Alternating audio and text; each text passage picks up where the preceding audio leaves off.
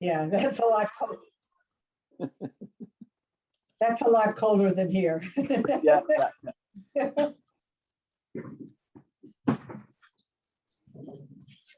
Hello, hello. Hello, hello. Hello.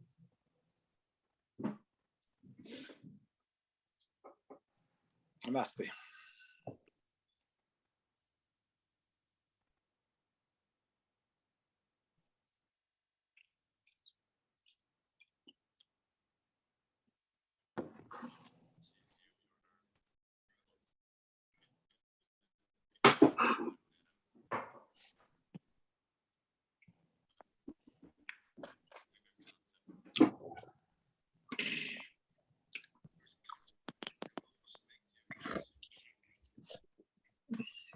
There we go.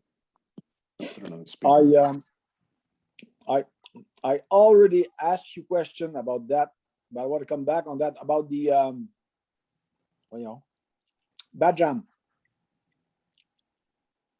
Is there any way we can have the words in Sanskrit and in English, the transcription, because it's too fast and I don't catch it. Is that clear what I say? Yes, yes. Okay. At the bottom of the bhajan video, you mean, or Anywhere? are you just talking about? There is booklets. You can go to ramakantmaharaj.us and download the bhajan booklets. Okay, booklet. Okay. And they'll have like the words and everything. And also on the YouTube channel, there are some of the bhajans with the words actually on the video that is put on there. Okay. Okay. So In Sanskrit? No, it's in English. Okay. Because I would like to have Sanskrit because to hear the pronunciation well and the transcription too. Ah, okay, okay. Yeah, then that would be the book. And The book? also Okay, ramakantmaharaj.net. If that website is still around, I don't even know, but it has, US, eh? well, yeah, ramakantmaharaj.us. That has a lot of Ramakant Maharaj videos and also should have bhajan and also should have bhajan booklet. But also there is a ramakantmaharaj.net. Yeah. Which they may also have booklets and stuff. So. Okay, I will check on both. There you go. Because it's helped me because I would like to see the right pronunciation. That's put the vibration on and know and also with the meaning of that. Just go with the flow. That's good. Yeah. That's for me. The mind need that right now. I understand. Well, see, in my experience in the ashram, there were some people who really wanted to get the enunciation perfect and they were really working on this and all this. And for me, it was more the vibration and letting go, and allowing the bhajan. And I even told Maharaj, I said, there are some devotees who they're very specific and they're wanting to pronounce this correctly and all this. And for my own self, I just seemingly am being shaken apart. So I don't want to use mine to concentrate on the pronunciation of the words when I'm being kind of shaken apart by the bhajans. The bhajans are kind of permeating my being and just kind of shaking apart. So, and even I have a little video where I was doing a little dance and all this kind of stuff. Yeah. So it was, but I'm not saying you don't want to do that. No. It's just that for my own self, it was just kind of a immersion. Yeah. And I don't know in what. And you didn't even know the meaning of everything, nothing at all. No, nothing at all. Immersion and the vibration. It was just the immersion, the vibration. I remember one evening literally feeling like I was just expanding into the whole ashram, and then that the whole ashram and all the dancing was going on inside of myself. Okay. And I didn't pay a lot of attention to the words or the meaning. It was just the spiritual atmosphere that I guess, selfless self just really enjoyed. And there was just a joy that broke apart any kind of, body tension, I guess. Okay. Thank you for sharing that. Absolutely.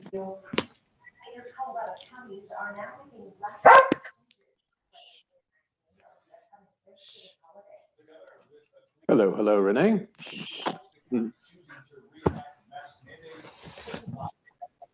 Hi.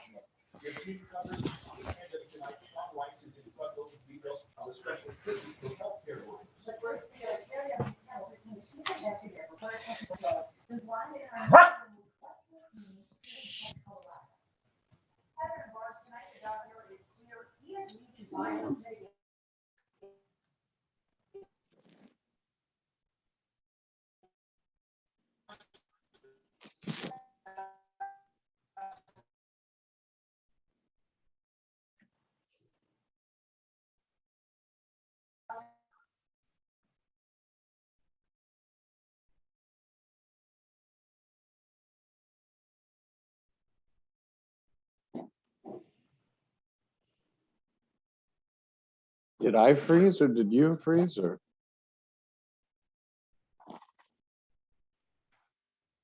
Rene freeze.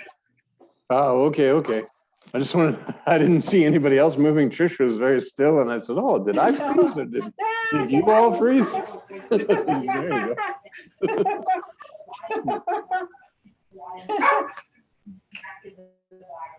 In the first week of November, more than 27% of positive COVID-19 cases were vaccinated in Colorado.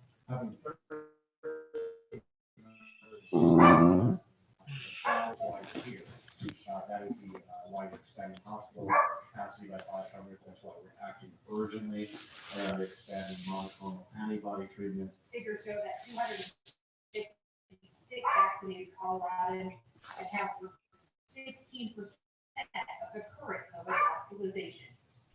Now, the governor remains focused on how.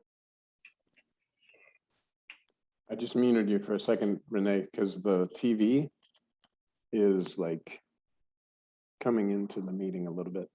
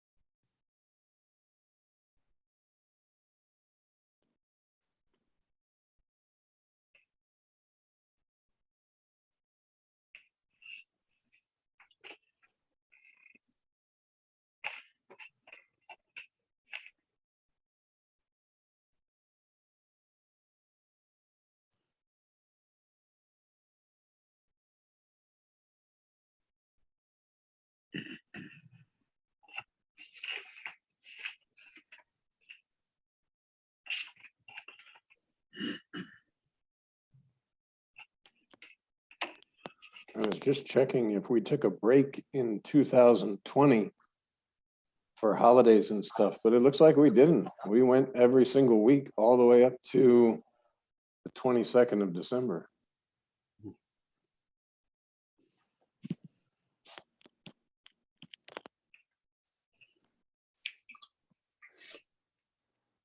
You choose. Do what? You make the choice if we stop or not.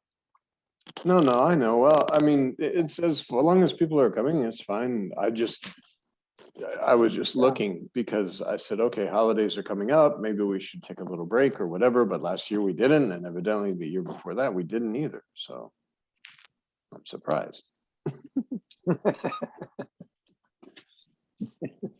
Tuesdays is just one of those free days, I guess. We just all show up and here we are. It's good. I was kind of wondering about spontaneity and spontaneous.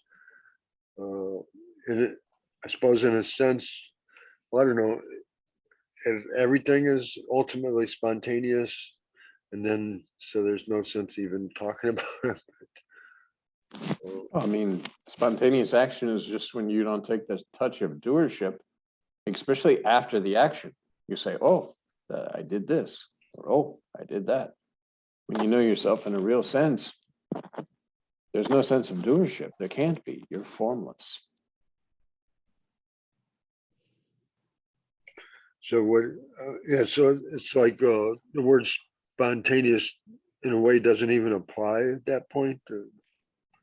Well, spontaneous, again, like Maharaj says, we use words to try and describe, something. And just like a spontaneous action, you pick up the tea, you drink the tea, you put it down. And there's not like a whole thinking process of, I am drinking this tea. Like we talked about last week, you're not sitting there and trying to say, where is this tea going within this body? I'm following where the tea is going, and its travels. This is just a spontaneous action. And like Maharaj says too, you eat a breakfast, you eat lunch, you eat dinner. A couple days from now, you don't remember all the breakfast, lunch, and dinner. It's something, it's a spontaneous action, and it's finished. Okay, I was hungry, I ate some breakfast, and that was that. It's not a big drama. The drama only comes when I identify myself as someone doing something or having some experience. And then I'm kind of getting lost in the thoughts and saying, oh, this thought is about me and I'm doing XYZ. When in reality, you're the totality. Or actually, the totality is appearing on your spontaneous presence because you have no connection with the world, just as the dreamer has no connection with the dream.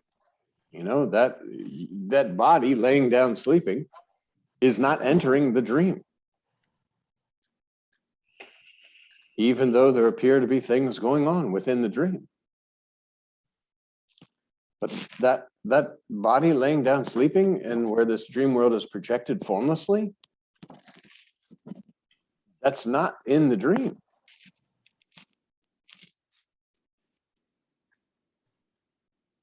And when you know yourself in a real sense, it's very easy to separate. Oh, again, if at all you want to compare yourself to sky or space.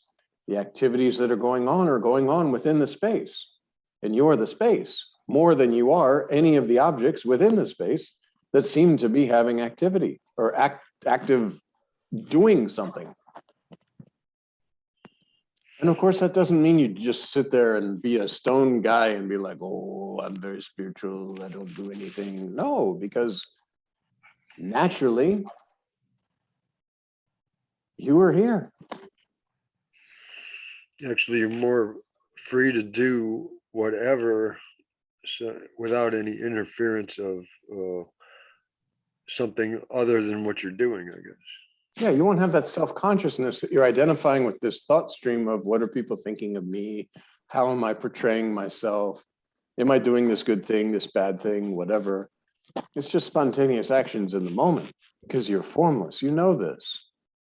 But of course, now from the egoistic sense of self, you're going to sit there and say, well, that means I can do whatever I want. Well, but you're not going to desire this when you know yourself in a real sense. You're only going to desire this when you still believe that you're a body that can do things, whether they be good things or bad things. In reality, there's just the formless presence that you are. That's it. There's nothing. And all of this is just within the long dream. I guess that's why it's almost like you stop thinking to some degree, because the things that you used to think about don't even come up as issues anymore. There's no center to create a thinker because you're not in a limited form. In order to have a thinker, you have to have a limited form and be thinking about things related to that form. But if you're the totality, then what is there to think about? And yet, like we said, you schedule an event. Oh, at 7:15 on a Tuesday night, I come here and I enter into this little talk. And then when the thing goes off, then we record it and we send it up on YouTube. You could say, okay, this is a routine, but it's just something that's occurring. There's no, You know yourself. You just know that all this is occurring within the dream. And it just, nothing's happening because you are formless. And all these form-based things that are appearing are not true. Which is why when we look at a dream, all the forms that are appearing in the dream, when we wake up from that dream, we know they're not true. Well, Master has said, you are not body, you were not body, you're not going to remain body. When you wake up from the delusion that you are a body, then all of this form world will be just as untrue as the dream that you woke up from this morning. But I may recognize that I'm not the body, but I don't. What could you be then? If you're not the body and you know this, then what are you? So that's Who are what you? I don't know what it is, what I am. But you're not body, right? Yeah. So all of these body-based issues, these body-based relations, or these body-based questions don't pertain to you. You may not know who you are, but if you know you're not body, then you can disregard all these body-based questions and body-based experiences because you know you're not body. So now, if you're not body, who am I? That's when you sit quietly with your own self and you sort of marinate in your own selfless self. And that sense of presence, that very just I without anything. I know I'm not body now. This is not not anything to be discovered. Now I see if I'm not body, then who am I? And that's not with words, because words came along with the body. So you're prior to words. That's what you were calling investigation the other day. Exactly. Investigation is just concentration on the concentrator. Presence with presence, meditating on the meditator until all of it disappears and you're just there. And now, if you know you're not body, then whether the body is there or not, it doesn't affect you. So immediately, if you know you're not body, now this concept of birth and death is gone. Because if you're not a body, how were you born? If you're not a body, how will you die?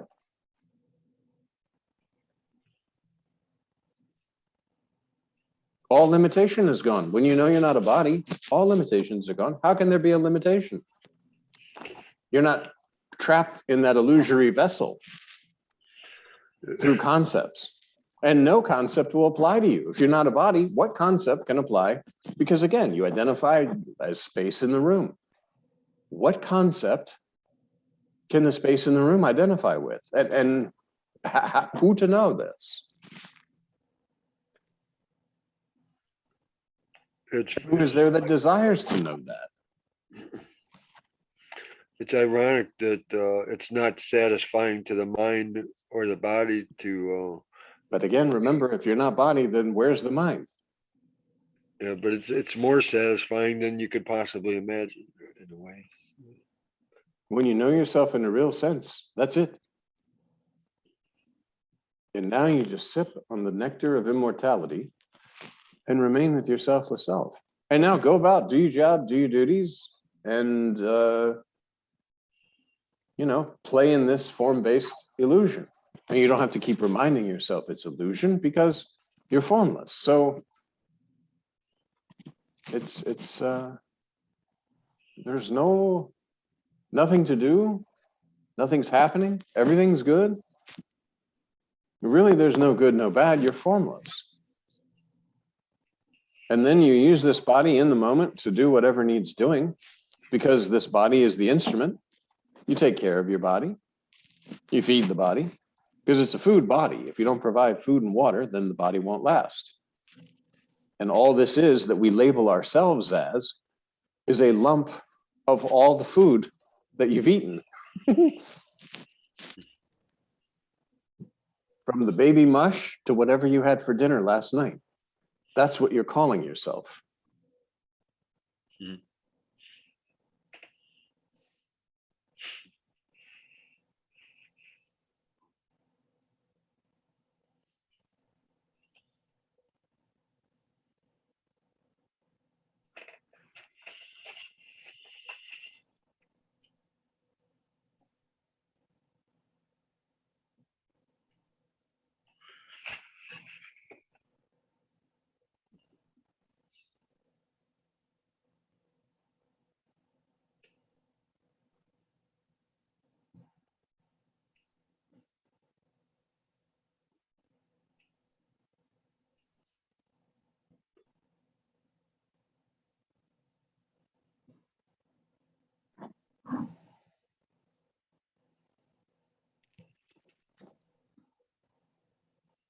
And Renee, I only muted you because of the TV in the background, but if you have questions or you want to talk or anything, you feel free.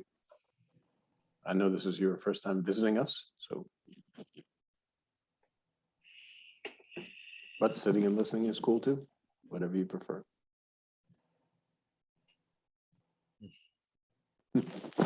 Very good. Sign language.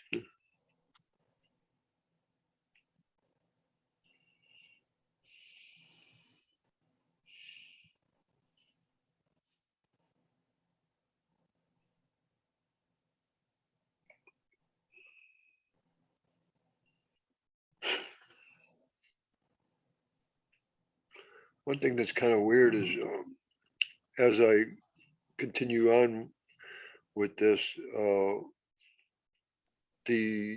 when I do get free of my what I consider to be my normal self, which I keep end up returning to. However, that state is kind of, there's a consistency that's the same as it was. It's not a little bit different than it was years ago. It feels like me, same old me. But when I go into the experiences of nectar of immortality, or whatever you want to call it, bliss, freedom, that seems to be deepening and changing, kind of changing in a way. It keeps deepening and getting more like stronger or something. Whereas my usual self is always the same old self. Well, understand that your true self never changes. So all these changes are appearing on your spontaneous presence. Yeah, so yeah, and you're the observer of all the changes because you're the unchanging. If you were changing along with the changes, there'd be no changes. So you're seeing these changes as they're appearing on your presence.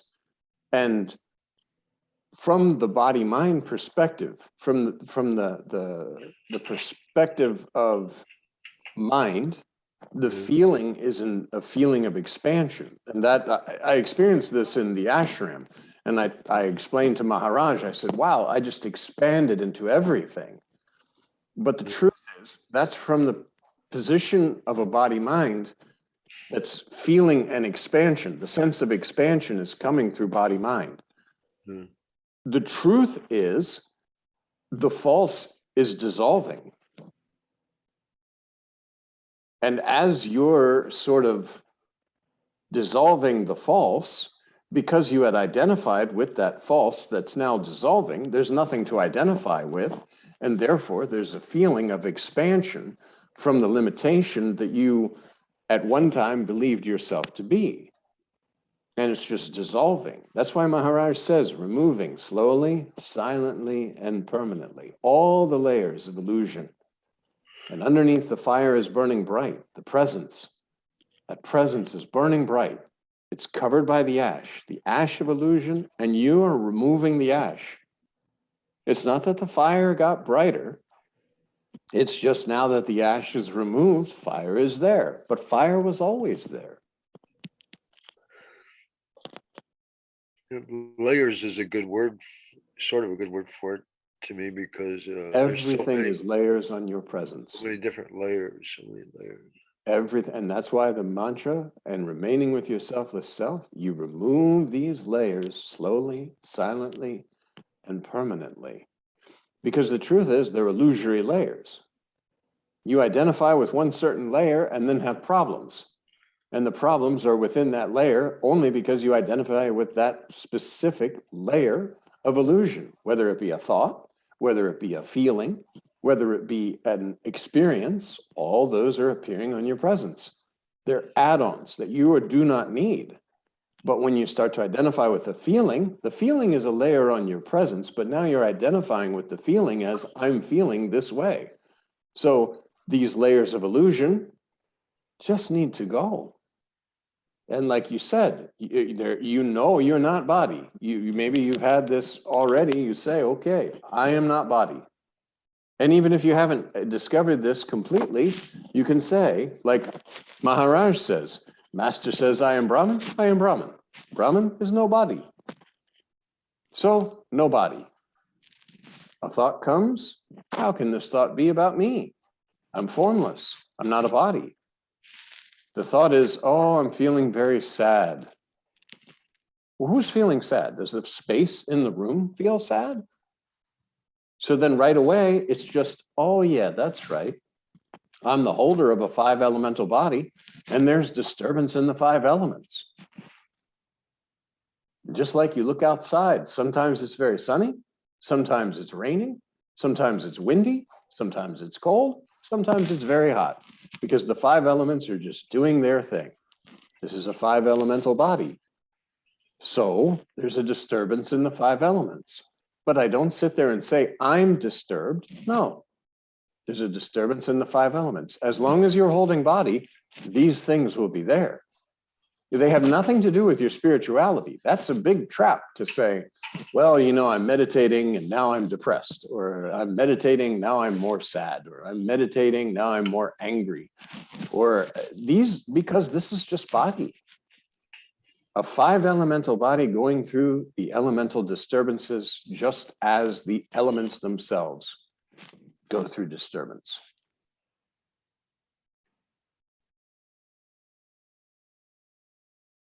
And you could say you're holding those bodies too.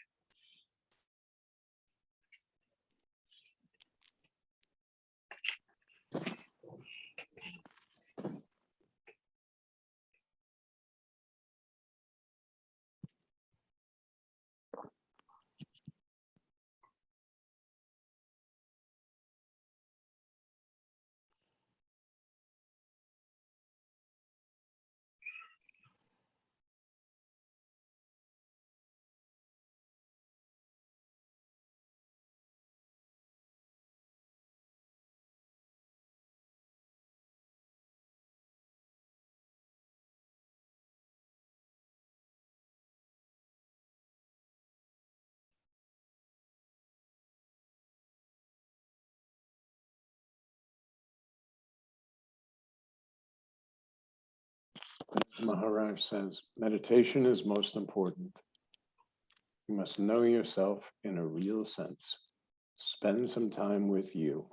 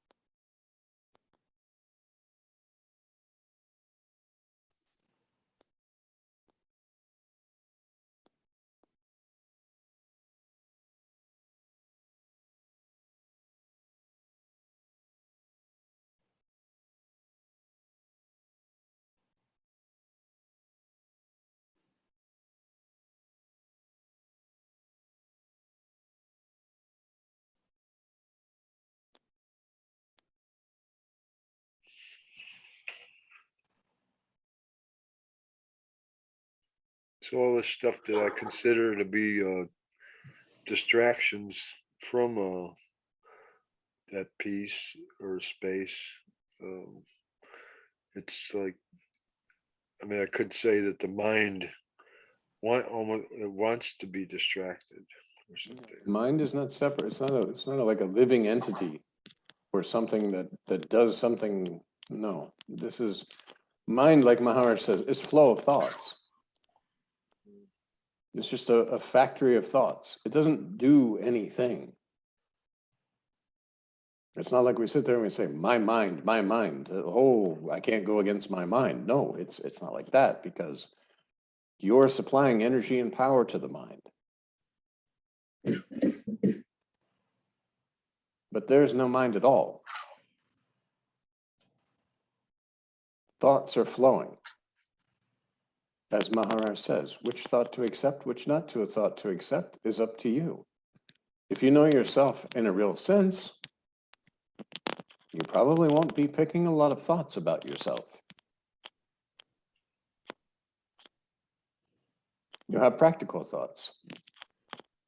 Like tomorrow, I'm picking up a ham for Thanksgiving that I'm supposed to be cooking for these folks. And I said, oh, I need one of those little pans. So I went to Giant and I bought one of those little pans. That's using your mind, basically, because that's a process. But there was no me involved in that. And it wasn't like, oh no, I hope I get the right pan, or when should I go, or should I wait, or no, it's just like, okay, I am picking up a ham at 3 o'clock tomorrow. That's a thought. But that's not any kind of thought like self-consciousness. There's no like, it's not a heavy thought. It's the same as pick up the water, drink it, and put it down. Oh, I'm going to pick up a ham at 3 o'clock tomorrow. I'll need a little pan because I'm baking this ham. I'm not really baking it, I'm just heating it up. It's already all pre-done. So, but I needed a pan. So I went to the store and I bought a pan, and I came back and now the pan is here. So you could say purposes are being taken care of, but they're not. Purposes aren't like a thing that you have to keep like it does, sustaining it. Like, will this purpose get fulfilled and stuff like that? Part of the total functioning. It's part of the total functioning. There's no individuality to go and get a pan from Giant and bring it back. It's like there's not a lot of drama. There's not a lot of John needs to do this. No, it's part of the total functioning. Just like picking up the ham tomorrow. I'll go and I'll say, oh, this is my number. And they'll say, oh, here's your box with your ham. And I might have to wait. Okay, so I'm sitting. And you could say, oh, but you're saying you're identifying with the body with time. Well, this is the reality. This is practical spirituality. I'm in this line and there'll be waiting on the ham. Okay. And people may bump into you. People may, when you're driving into the parking lot, people may try to cut you off and be very nasty and all that. But again, you're the self of self. You're the one cutting you off and the one being cut off. You're the one who's angry with the clerk and the clerk that's getting upset with someone being angry with them. And you're the one waiting in line to get the ham. It seems like, yeah, it seems